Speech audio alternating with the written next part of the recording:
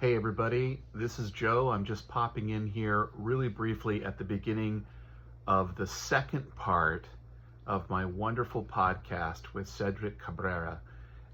Last week we had such a great discussion about his theater work, how he fell into the career of acting, what excited him about that process, and his wonderful experiences at San Jose State University. This week, we're going to transition more into his film career and where that's going, and it's going in some very exciting directions for him. So thank you for being here with us. The discussion we have, I think it's just so great. Sedrick is such a wonderful guy. I know you're going to enjoy that. So please enjoy this second part of our podcast. And really quick, before I forget, if you're looking for a great new show to watch, there's a great show on Netflix right now called Black Rabbit, starring Jason Bateman and Jude Law. And I recommend that you check it out. It's such a great show. Anyway, without further ado, here is the second part of my podcast interview with Sedrick Cabrera. Thanks. So I completely can relate to auditioning for plays in college and then camping out in front of the theater notice board and being like, what part did I get? What part did I get? What part did I get? I've had that. I, I went through a lot of my undergraduate years with theater scholarships. I thought I wanted Mm-hmm. to actually be an actor. I had done some things, mostly stage work, but just hearing you describe your excitement, your enthusiasm, all of that brought me back to the same experience of just getting the part you tried out for, or getting a part you didn't try out for, and then finding out that I'm so glad I got this part. Wasn't what I was going for. Yeah.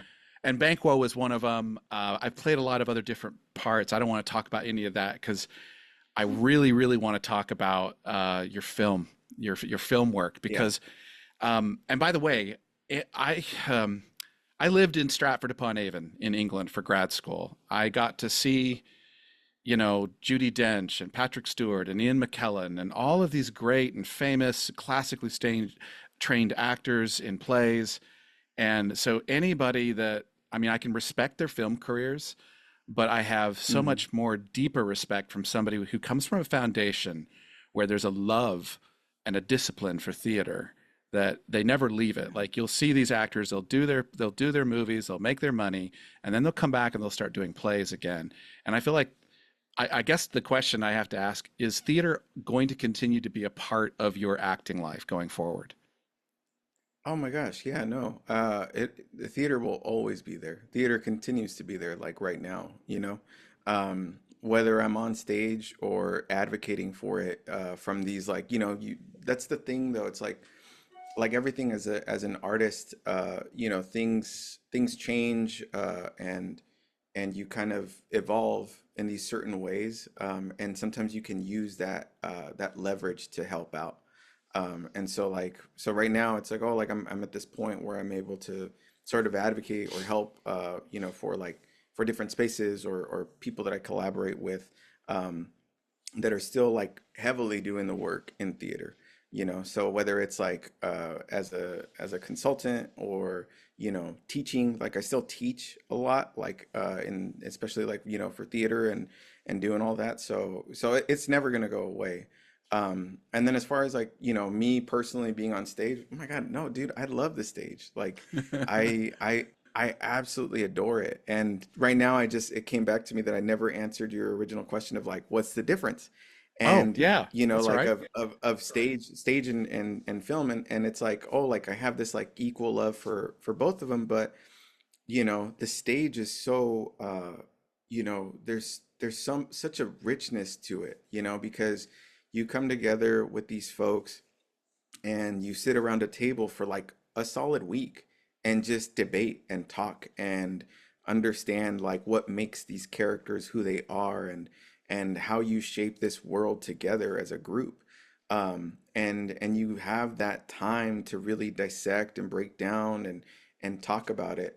And then eventually, you get to, you do your rehearsals and you discover more, and it comes to life even more as you're like on your feet and moving around and playing with props, and all of a sudden, you make these like discoveries like over and over and over again. So it's like that's the fine tuning until eventually, the final proponent of like theater is always the audience, because that changes the whole thing. The way that they react, the way that they take in this new information, the way that, you have to hold for them, the way that, all these like different things. But again, there's nothing greater than being like on stage when like an audience is completely with you. Like that is one of the greatest feelings in the world. Um, that I wish that everybody could experience at least once in their lifetime. Because in that moment, it just feels like the entire, like it's almost like we tap into like the power grid of like, the ancient Maya used to have this like saying that's called, and I might butcher it, but it's like unikli, and unikli is like, it roughly translates to vibrant being. So what they believed is like when somebody was doing what they were supposed to be doing, what they were like put on this earth to do, and it would basically like they would harness like the energy that was stored like in the earth, and it would translate through them and vibrate out to like others so they could feel it, you know Wow. and when I'm on stage, that's when I really feel that, because and I used to always talk about like, oh, like when I get chills and I'm performing, I was like, I know that they're getting chills. And so that's what I'm talking about. It's that unexplainable feeling of like how connected we feel, and that is a very real thing. I don't know what the science is behind it, but in that moment, we really are tapping into the exact same moment, which again doesn't happen in a whole lot of facets of life, but in that it does. And especially when it's a very empathetic moment, when there's nothing to gain from it. It's not like you're like, yeah, like this is just like we're all like cheering on this thing. It's more like for a split second, we are all feeling the exact same like, pain, or the exact same, um, you know.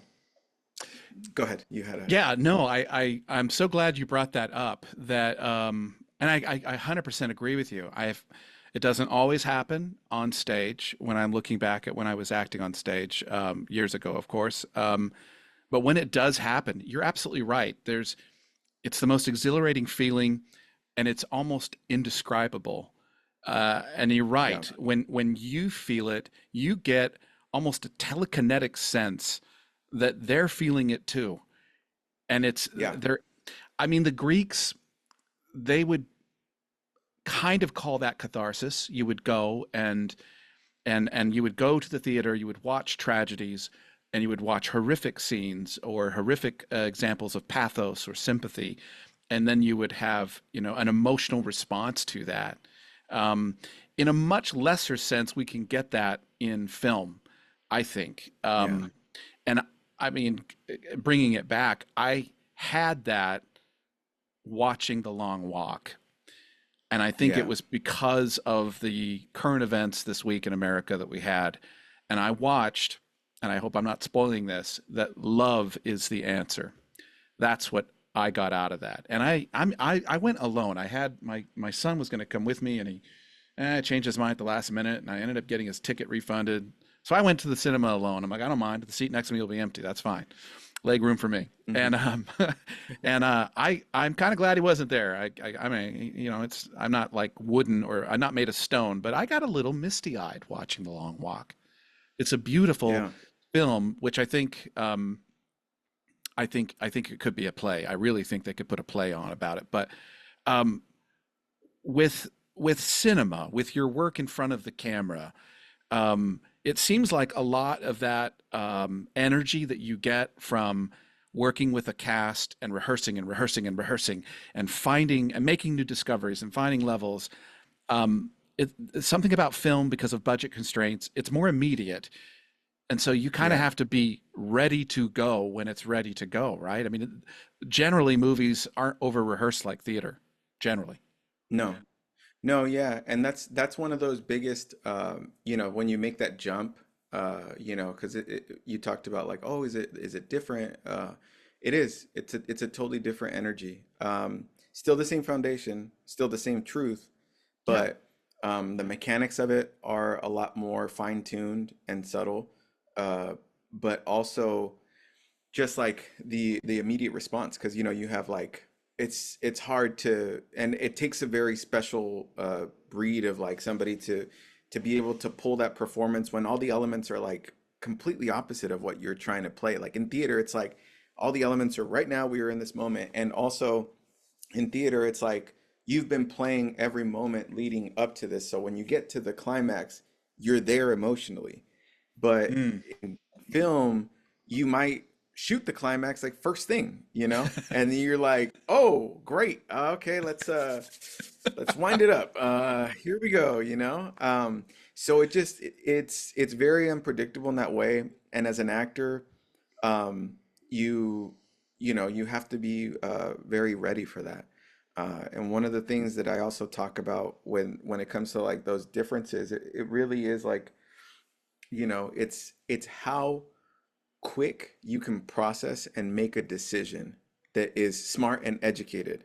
You know, like it's not just throwing clay at the wall, you know what I mean? Because there's so much like budget and so much like time constraints, and you know, it might not even be your fault. Sometimes it feels like it when you're a performer and you're like the first time you're like on a set, you're like, "Oh geez, like it's my fault." But it's like everybody's like a part of this, you know? Like one department was lagging in one way, or like another department could be lagging in this, or there was like a holdup because they had to get a person that like was on set that wasn't supposed to be on set. Like all these Right. things, and now they're just like go go go, we got like, you know, we got this much time before we got to move on. So you have to like be the ultimate like zen like performer when it comes for film, you know. You have to be able to just like focus on what your thing is, not like give too much energy to like the chaos around you, because if you soak that up, it can be a very detrimental thing to your performance, you know. You have to just like acknowledge it, see it for what it is, and just be like, cool. And the other thing, it's like I talk about the educated guesses, and sometimes I have people that, you know, I coach a lot now, um, and you know, because people ask, and I'm like, oh yeah, like I'll help out, and they will ask like, oh, like you know, but I want to be like you, I want to be on film, like I don't want to be doing theater, and I'm like, no, no, no, like you don't get it, like I did theater for 15 years and I still do it. You know what I mean? It's not a Yeah. lesser than, it's not like this is here and this is like here. It's like they are both here and they both work together, you know? Right. Um, and I would just like, you know, tell them like you need those reps that you get in theater, because those are going to inform you when you get to set. You know, the only reason I know that I'm like, this cross is going to work because I've done it 1,000 times on stage. You know, 1,000 times on stage, I've had to be like, oh, like that didn't work. Okay, let's try this. Let's try this. Let's try that, you know? Yeah. I wanted Like, to pivot. I want to turn to your experience with Freaky Tales. So you're oh, of course. in this film Freaky Tales. Um, it takes place in Oakland, which you're familiar with, I'm sure. It takes place in Yeah. 1987, a little bit before your time, but it's Oakland. It's 1987, four interlocking stories. The punk part of the neo Nazis and the punk movement and stuff. I'm a little older, so I was a skater dude in the 80s. I was really Yeah. big into the punk scene. I had bangs that could go past my chin. I had bangs in my face. I was a big time skateboarder.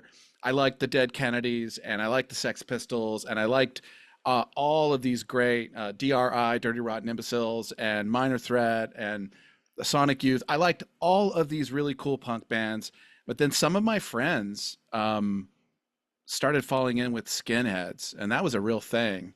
And Whoa. Yeah. that was so when I saw that in the movie, I'm like, oh, that wasn't just happening in Houston. That was happening in Mm. cities. That was happening everywhere. So I really related to that. And then we get to a part of the story, and it's got Pedro Pascal in it. I'm like, okay, obviously he's the big A-lister. He's everywhere. He's in everything, it seems. Which I'm not complaining because he's always good. And Yeah. Yeah.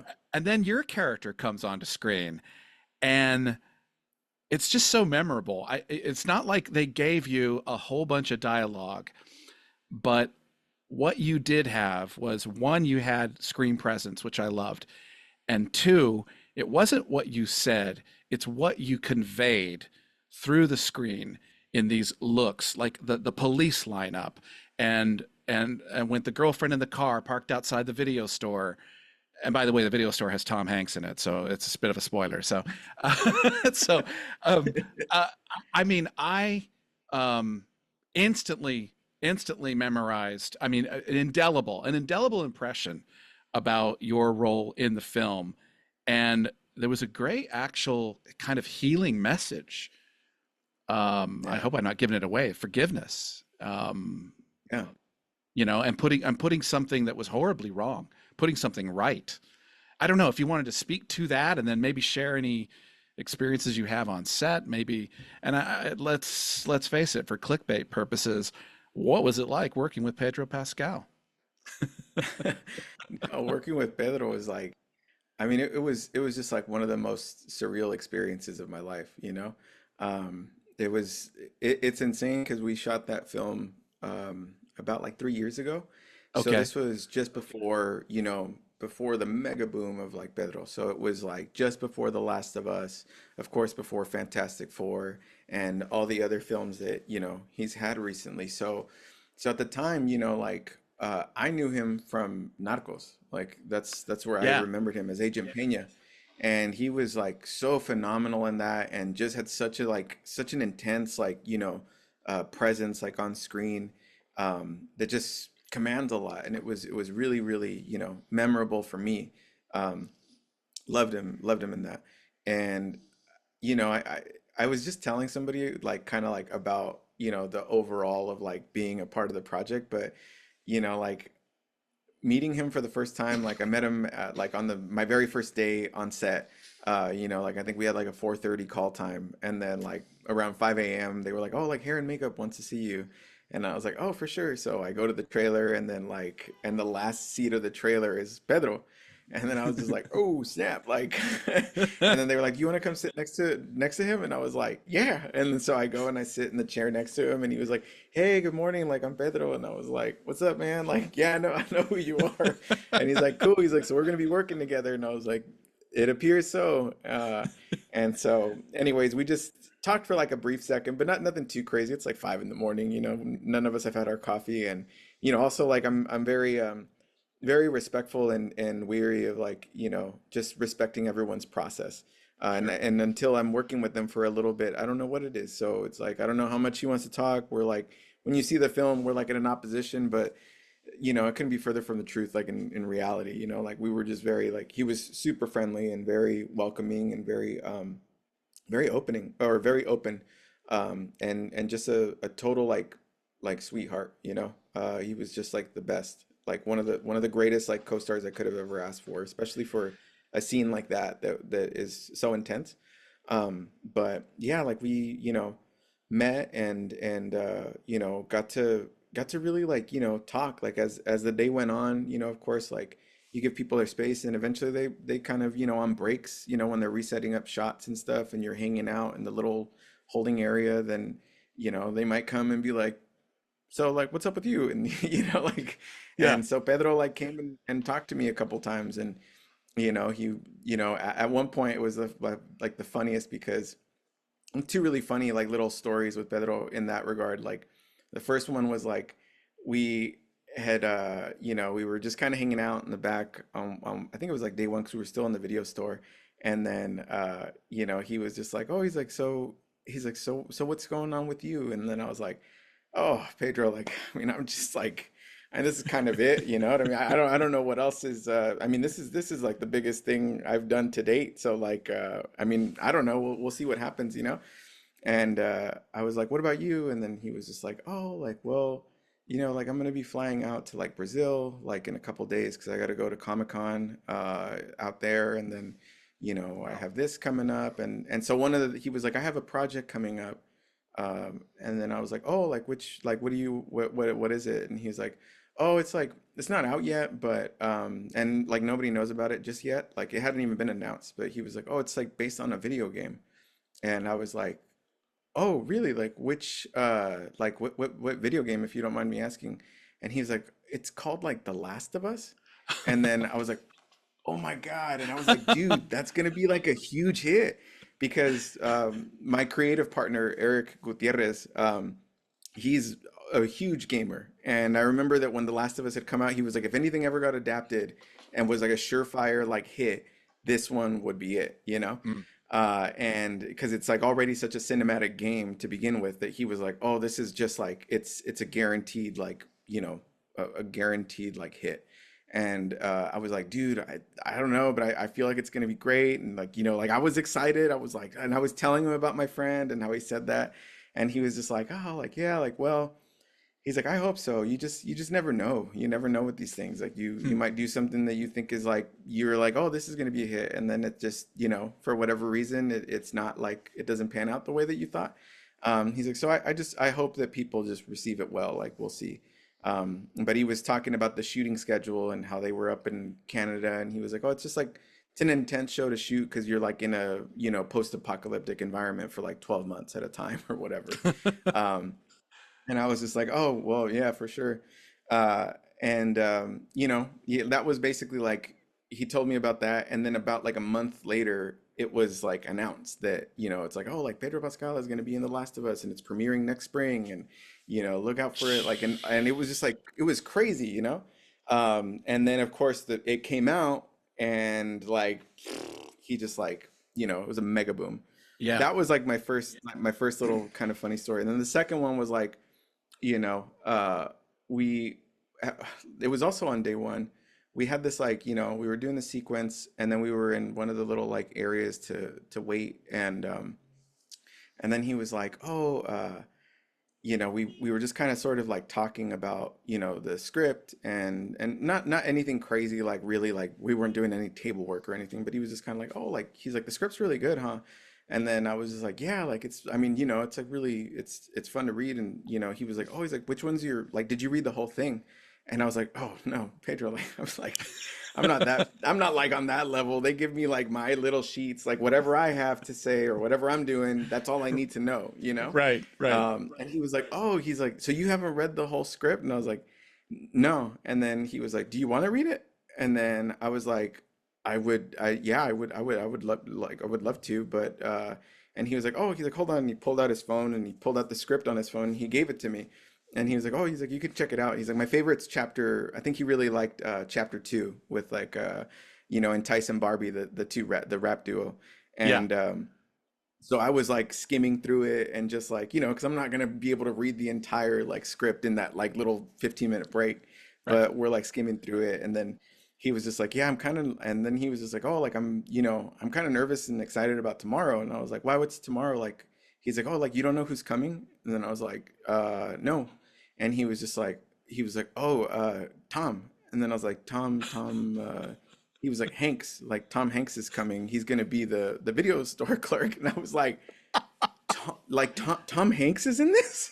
And he was like, yeah, like, and then I was like, what the? And I was just like, oh my gosh, dude, like all of a sudden it just hit me how big the project was. You know what I mean? Because it was Mhm. like, it was already Pedro. We like knocked out like closed down like a full like 3 block you know, bit of like downtown Oakland. Like, so we're shooting on location, like legit, and there's like a bunch of extras, and it was just like it was nuts, you know. Um and I was like, whoa, Tom Hanks is gonna be here. And I didn't get to see him, but apparently he showed up on day one. Like he just popped up, and like kind of surprised the crew and was like, what are you guys making a movie? You know, and then like everybody was like, oh my God, like it's Tom Hanks. And so they were all taking pictures, and we were hanging out in our trailers, which was like like, you know, 2 blocks down the way. But like, you know, eventually I guess like, you know, I met him because he shot on day two, which was like I shot for 3 days in downtown Oakland, and then I had a month-long break, and then I came back for the final sequence, which was the lineup moment, and we shot that on Treasure Island. They Oh, like made okay. a precinct in like a soundstage sort of like warehouse, Hmm. and so we shot that in there. But yeah, no, it was really it was really, you know, like such a surreal you know, surreal moment to like to be working with him. But like I said, like one of the most generous like actors I could have ever asked for in that moment. And you know, he just was such a giving like performer, you know, because the other thing about film is that it's very easy to check out when it's not on you, like when the shot's not on you and it's not your master. But he was very much like, we were really connecting, especially in that sequence that, when I have the gun to his head. Right. And he at one point, you know, it was just so funny. Like that was the greatest compliment that I got, honestly, was that at one point he looked at me like after one of my takes, when it was like on me, and Yeah. he was just like, he was like, "Hey, dude," he's like, "You're doing it."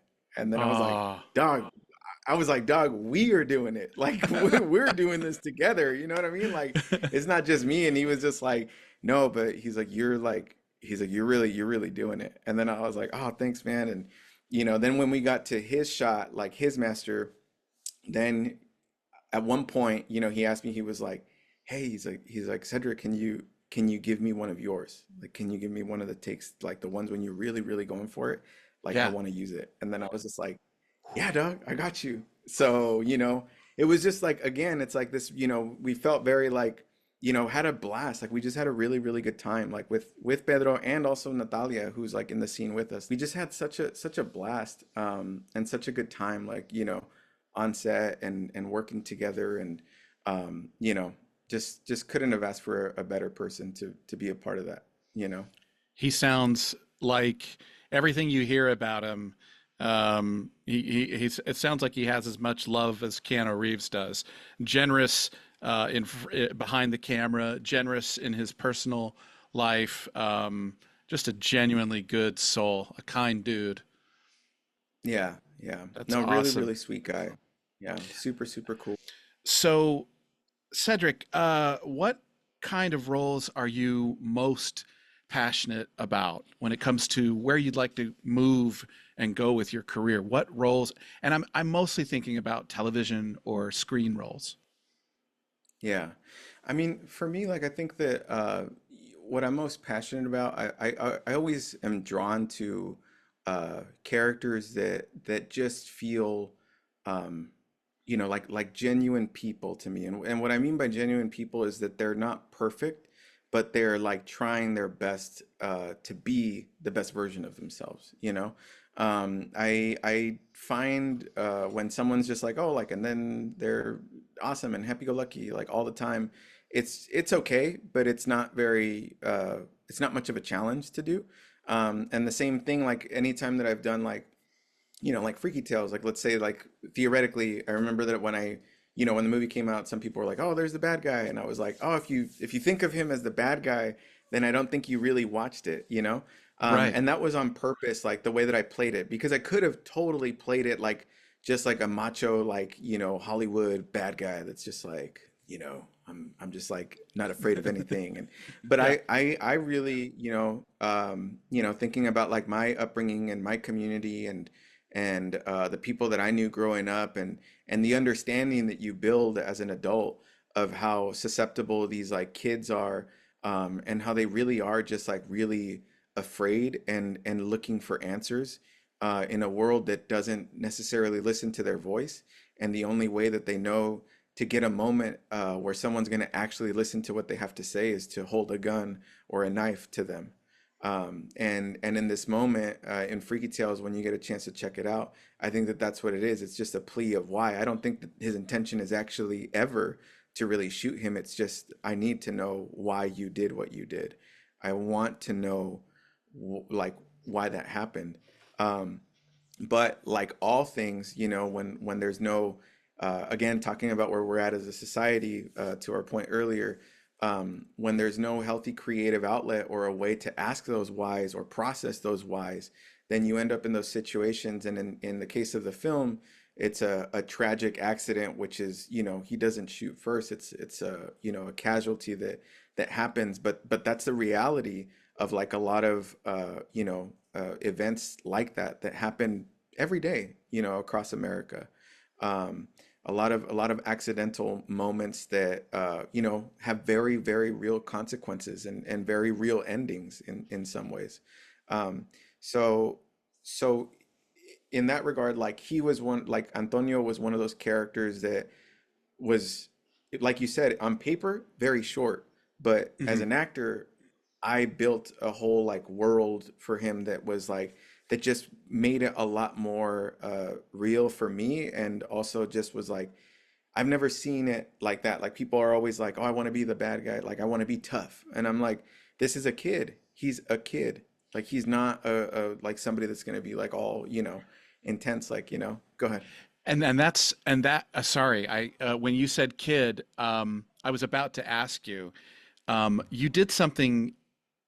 First of all, it's a very nuanced performance, but I think it had to be because it's not a dialogue heavy part, but there were moments, especially in the police lineup, where I'm like, I see a little boy Yeah. um, who's thinking about his dad.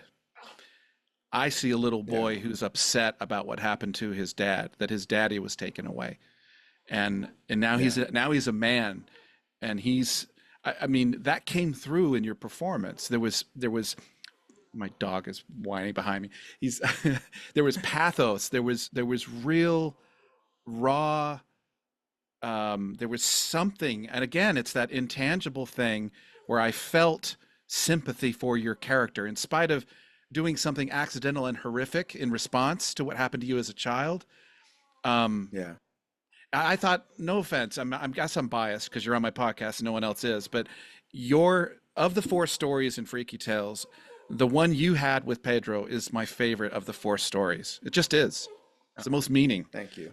Yeah. Yeah, thank you so much for saying that, because I'm glad it came through. You know what I mean? Like that was my intention, as I was crafting it, like as I was crafting the character. And the craziest part is that I didn't know, like my initial audition was it's the gun moment, it's the gun Okay. moment outside the video store.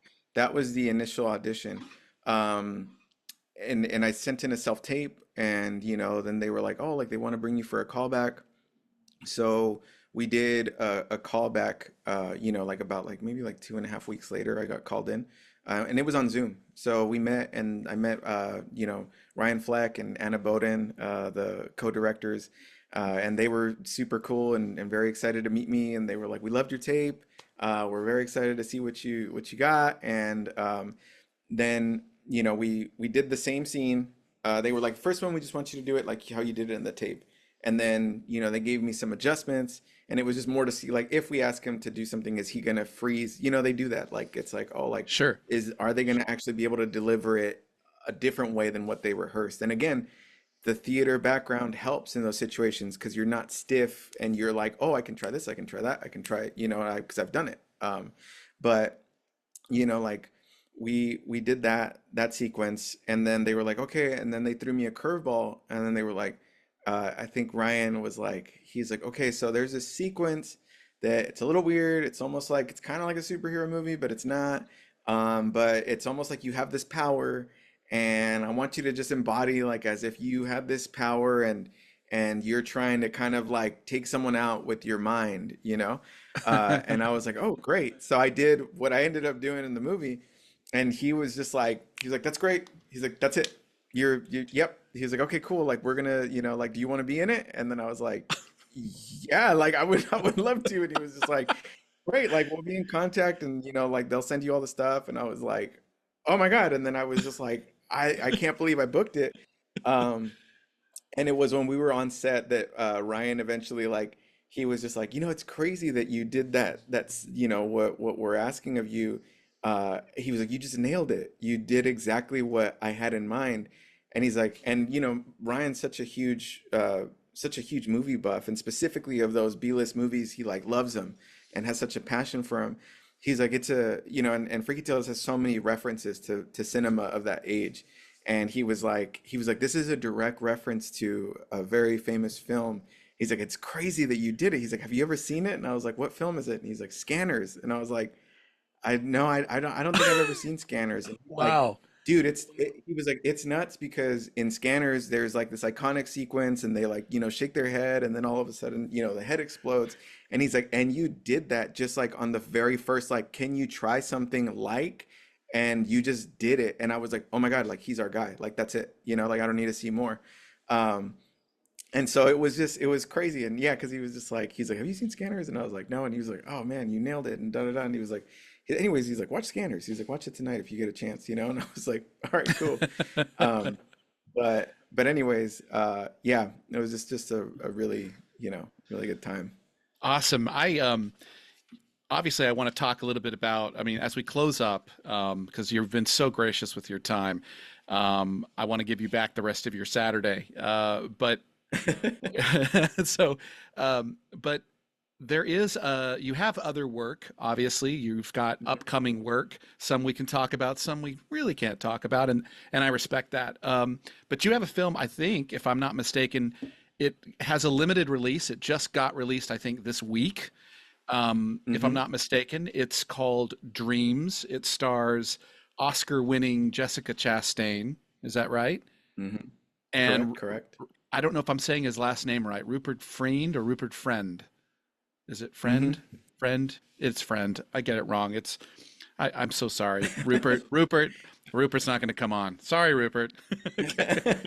Um, so, so can you tell me a little bit, because I don't know anything about Dreams. I haven't seen any ads. I haven't read a synopsis. Do you have any Yeah. scenes with Jessica Chastain in the film Dreams? Yes, yes, I actually do. It's so funny, like that project. So we should, I think we did Dreams, and Freaky Tales had come to Sundance in 2024, and then yeah, it was like that summer of like 2024, um, or 2023. It was basically like during the strikes, like during the SAG after strikes. And the Okay. reason I say that is because even getting involved in that project was such a tricky time because the film had come into town, into San Francisco, and it was Michel Franco. And one of the big things that I do as an actor is I always, like, whenever a project comes in, I do all my homework. So similar to you, I look up Yeah. like who's the director, who are the producers, if there's a company attached, what's the style of their work, what's the magnitude of their work, is it like kind of like an indie where it's like maybe it gets picked up somewhere and ends up on a streaming site, or is it like no, this is probably going to have distribution or all that. And I looked up the director and I was like, oh my gosh. And his name is Michel Franco. And Michel is from Mexico City. And he is like just a phenomenal, like, international cinema darling is like the way that I would describe him. Like Wow. all of his films go to Cannes, they go to Venice. Dreams actually ended up like going to Berlin. So it was at the Berlin International Film Festival this year, in February. And Wow. anyways, his stuff is very loved like across like the world. And so it's a different style. But when that project came out, I was like, oh, I talked to my people and I was like, can you get me an audition? And they were like, oh yeah. And then they got me an audition, and I sent in my tape, and like I sent in my tape like on a Thursday or something, and then like or Wednesday, and then like Friday of that week the strikes started, and then it was like, oh, like it was like the strike started, and then Saturday of that week, uh, they were like, it was like that Saturday, my team reached out and they were like, Michel really wants to meet you for dinner. Like the director, he wants to sit down and talk to you about something. And I was just like, ooh, like I can't because of the strikes. Like I don't think that's an okay thing right now. And at the time I had just joined the union. Like I've only been in the union at this point like maybe like a year or like a year and a half. Hmm. Um, and they were like, they were kind of, they didn't pressure me, but they were definitely like, Cedric, like this is kind of a big deal. He's a really huge director. Like I don't know if you want to skip out on it. And I was like, you know what? Like I tell him that I really respect him. I really respect his work. I am honored that he wants to meet me, but if I think that he should understand that, we have this like, we have this honorable thing to do, like by standing by our people in the union, and honoring that. And if the project goes through and is granted like one of the waivers to be able to continue on its production, then great, like I'll definitely meet with them. But until then, like I can't, and I'm really sorry. And if this pulls me out of the running and he goes with someone else that's like non-union, then you know and then they were like, ooh, and I was just like, got off the phone and I was like, oh man, like, oh, I That don't that know, like, you know, Cedric, that's incredible. You're at the beginning of your career. This is your next yeah, big gig with an internationally renowned director, and yeah, you stood on principle. yeah, Dude, yeah, dude, yeah. that's No, and incredible. Wow. it's just it's important, and those are those things, like those are those moments that people go like, oh, like, well, like how do we do that change? How do we do, like, it's like that. It takes that. It takes to stand like alongside like your fellow people that are fighting Yeah. for, you know, what you believe in. Um, and it's not always like comfortable, and it might feel like a huge sacrifice. And you know, like I said, like I told them, I was like, well, if it's meant to be, like he will wait, and if it isn't, then it just is what it is. But he knows me now. He knows my Yeah. work. He wanted to meet with me. Maybe something else along the way.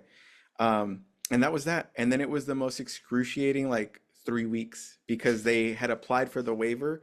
And I called the SAG-AFTRA office every day to be like, has this? And they were like, oh, yeah, we got the application for that movie, but it's still being processed. And I called like every day for like 3 weeks. And then finally they were like, they called me back and they were like, hey, like the project got cleared, like they got their, you know, their waiver, so they're a production that's got the green light to go ahead and continue.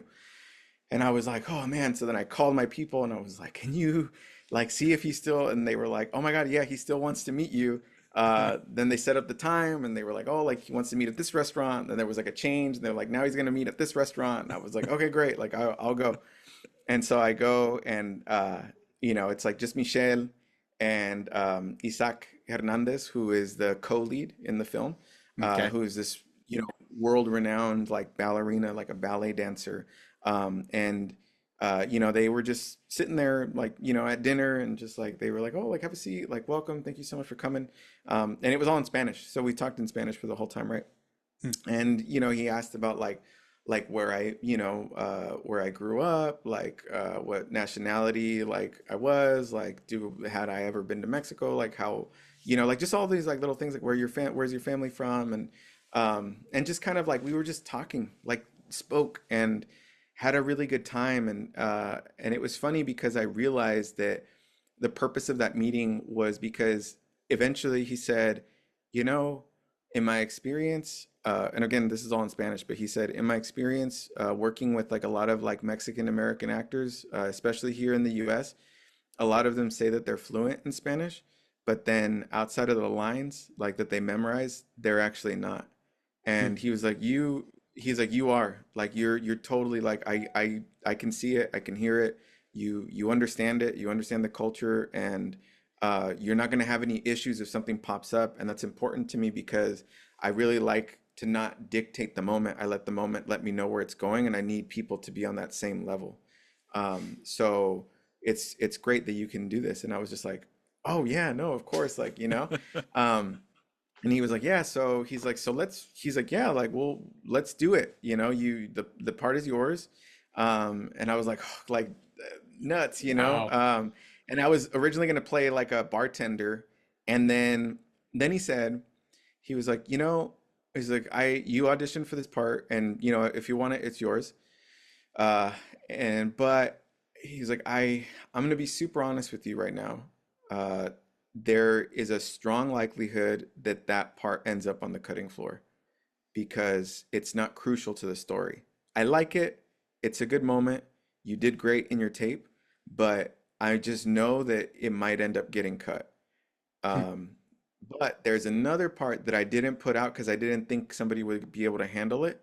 But I think that you, like after meeting you, and you're a very smart actor, you're a very like you're a smart individual, I can tell. Um, I want to say like if you want that, you can have it. It's more crucial. It's with like the two leads, and it's a very crucial part in the story for them and their relationship.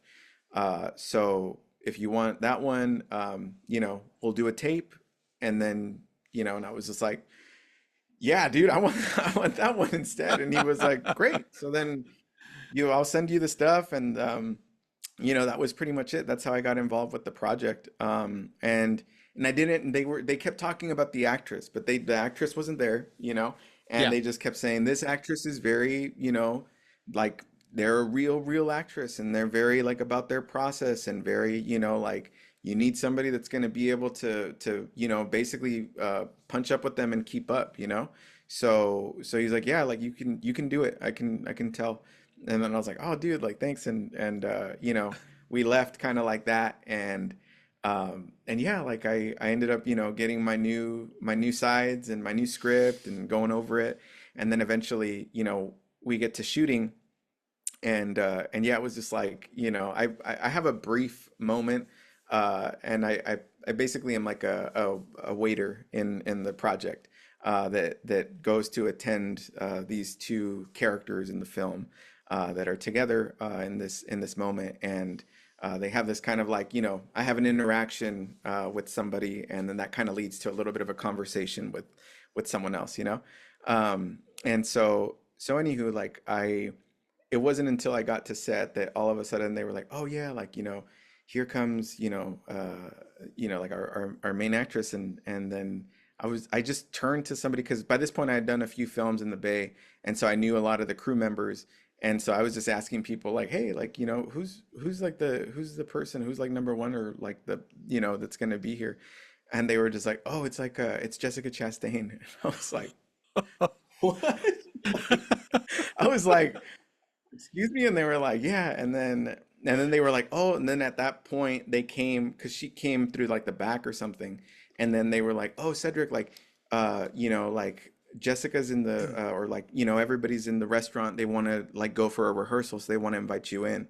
And then I was like, yeah, for sure. So I went, and we're blocking the scene, and we're doing this. And she was also like very, very sweet, and very kind. And I know that one of the things that you wanted to touch base on was like what I learned from like certain actors, and all of Sure. that. It's like, for Jessica, like it was just like one of the things that really stood out to me was like how prepared she was. Like, I remember there was a point that she had brought out her script, like she still had it with her during the rehearsals, Hmm. and she pulled out her script, and it was like the hugest like binder with like 1,000 like little tabs sticking out of it, and every single moment was like carefully like marked out.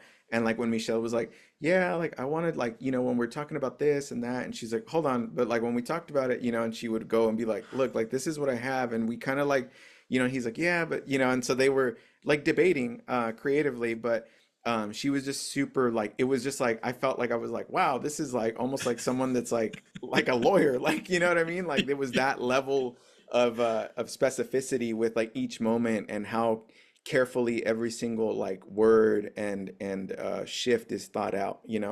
um, which was very, very cool to see, just like how incredibly prepared she was. Um, but again, a very generous actor, very, very, very nice. And Isaac was like also like a joy to work with. He was just like super, super cool. And Michel is like of all the directors that I've worked with, like he is like such a like artiste, like just like the most like what do you call it? Like an auteur. Like he is really just like Right. that dude that is just so about he has such an energy, like I said, like he was just like very much like, I don't like to try and dictate like what it is. Like I let the camera tell me. I let like the moment like inform like what's gonna happen. Like I don't like to come in with like, and then we're gonna get this shot, and then we're gonna do this. Like he does Mm. really wide shots and just like lets the moment breathe. And he's like, that's why I need people that can really fill it with like life and not a performance. That was his big thing, was it. We also did like my scene in particular. It's probably going to be very short in the scene, in the movie, and it was like, it's only about like maybe like a minute and a half. Um, but we ran that like, I mean, it must have been like 20 something times. Hmm. And every single time he would come, and it was the first time as an actor, especially like in film, because usually like in film, they're like, you get your shot, you get a second one, maybe you get a third one. They're like, great, moving on. Like now let's set up the next shot. But him, because it's like, this is the one shot. This is it for right now. Like this is our focus you know, and he would come and fine tune us. And I never felt more like I was like the human version of an equalizer, like when you're just like tuning up, like, okay, like now the bass is good. Okay, but like we're gonna cut down on the treble, and then we need to make sure that it's like balanced over here. And like he would just come and give you this, and it was just funny because he would say like the first few ones he was like, it's good. It's good. And then he would go away, and then you'd be like, oh, and then you'd do a couple more, and then he'd be like, it's better. It's better. And then he would go away, and then he'd come back and he's like, now it's really good. Now it's good. Like, and then he would come and be like, now it's great. And then Jessica had this joke, because she was just like, she's like, oh, has he said it's like perfect? And then I was like, no, not yet. And she's like, oh, when he says it's perfect, we're like 5 takes away from getting the one that he really wants. So it was very, very interesting, and watching his process, and just like a really, really cool, like laid back, like artist. That, and it was such a fun like project to work on. And getting to hang out with Jessica, and talking, and I didn't know she was like originally from Northern California, and telling us a little bit about that, and her Wow. upbringing, and just being like, oh, like I'm here with my family, and I took them to this place and that place, and my grandfather like was at this fire station, and like, what I mean, like just like all these like cool little tidbits, that again, it's like people forget that, when they see them on screen, everybody thinks that folks are these, figures that are just like so like untouchable, but then you hang out with them, and they're human beings, with their own hopes and dreams outside of the characters that they portray, and their own families, and their own legacies, with like the people that came before them, so, it was really, really cool, and very fun to shoot that, and work alongside her. This is awesome. I'm very excited to hear about that. I will be looking for Dreams. If I'm not able to get it in the big screen, I will definitely be streaming it. I'll give it a review. Yeah.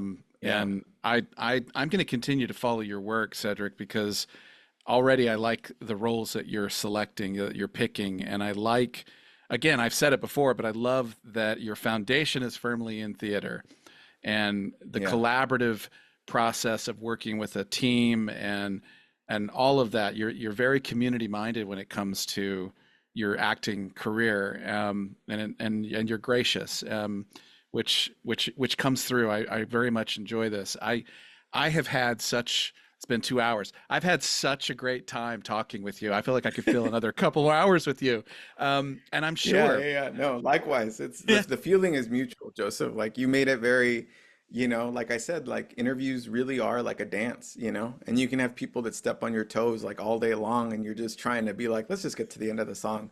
But then there's other people where you're just like, oh, dang, the lights are coming on. Like this was nice, like, so that's kind of how it feels right now. So thank you so much for like all of your generosity, and your questions, and just like your energy, and the space that you kind of create for folks, and I know you talk about my passion, but I did get to listen to a few of like your episodes, and your passion for cinema and storytelling, and how it makes us like human, and the longing for connection really comes through in your work. So kudos to you.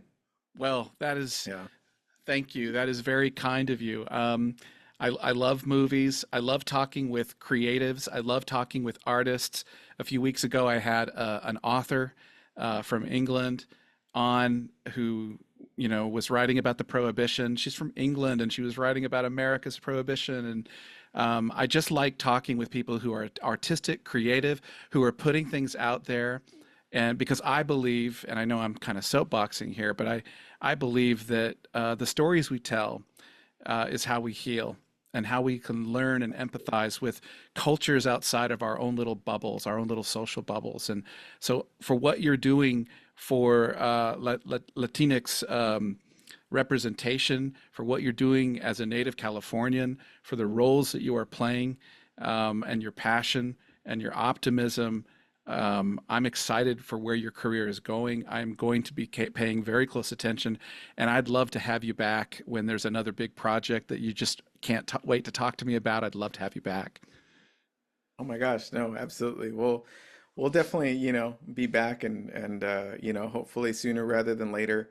But no, I really appreciate that. I appreciate whenever, folks notice that, and understand that, community is really like all that we have. And I know that in these like digital times, it's really, made us really think about ourselves, which is great, and that is important, but not at the cost of severing ties with like, the things that make us who we are, and the places and spaces, and being able to have these like conversations and hold space. And um, you're right, like storytelling is that vehicle that can get us there, to really make us feel whole and like we're a part of something, because yeah, I always talk about how storytelling is like for me it's like cooking, like so I also write. And whenever I write, like screenplays and stuff, and you know folks will ask me like, oh, like, well, what inspired you for this, or like I want to do this, or I'm like, yeah, like a lot of times like people try and get you to do like the universal, and the universal is like important because it's like, oh, you want something that everybody can relate to. But when you chase something that's so universal, it can become stale because it's like you're not really filling a void for anybody, you're just shooting into the void. And I compare it to cooking because I was like, sometimes like we have those like cultural dishes, like all of us have a cultural dish that it's not going to be the flavor for everybody, like somebody might look at it and go, ew, like, or what, like, I don't understand. But you have no idea, like, there is like somebody out there that is going to taste that dish and be like, oh my God, like I have been waiting for this taste of home, like I haven't had this since, like, what I mean? It's that Right. ratatouille moment, where the critic goes back, like, and that's ultimately what we want to do through our art, is just to kind of help people feel that much closer to themselves, and the people that made them who they are. Wow. That is, I wish I could just enshrine that whole quote. That is perfect. I love that. Thank you, Cedric. You're very insightful, and I feel like I have a kinship with you. I've enjoyed your wisdom. I've enjoyed your perspective on your career, and I think anyone listening to this, if you get a chance to work with Cedric, you're going to be richer and better for the experience. You're such a kind soul, dude. I appreciate it. Thank you so much for being on this podcast.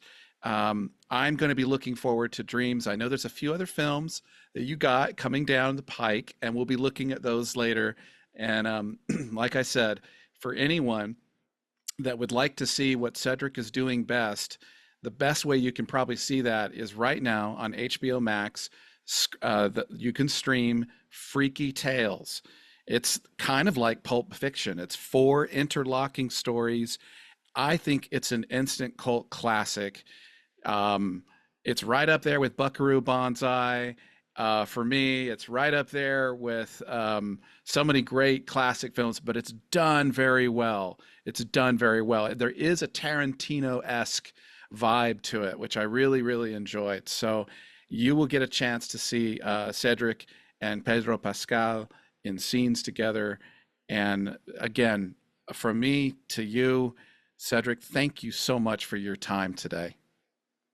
Oh, no, thank you so much, Joseph. Thank you for having me. And yeah, I can't wait to hear the episode, and we'll talk again soon, because this was a blast. It was really, really a blast. So thank you. Awesome. Thank you. Now, for all my listeners out there, I don't have, well, we do have some interesting things coming. I've got a couple more directors and screenwriters that are going to be coming in early October, and we'll get there. And when I get closer to nailing those down, we'll talk about it. One of the directors that's going to come on wrote and directed a film that you can stream now on Shudder. It's called The Twin. I recommend you check it out if you're okay with kind of indie horror. It's in that vein. But for everyone listening to this, I hope that you are doing well. I hope that you are cultivating positive, loving relationships with your family. I hope that you are a force, an agent of good in your community.